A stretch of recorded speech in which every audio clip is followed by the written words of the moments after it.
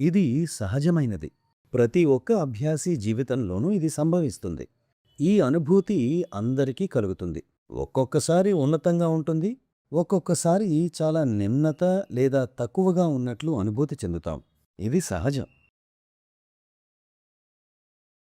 మనం ఎప్పుడైతే నిరుత్సాహంగా, తక్కువగా అనుభూతి చెందుతామో, అప్పుడు ధ్యానంలో మన మనసు నిలపలేనప్పుడు ప్రిసెప్టర్ దగ్గరికి వెళ్ళి సిట్టింగ్ తీసుకోండి. తద్వారా తిరిగి సరిగ్గా శృతి చేయబడతాం.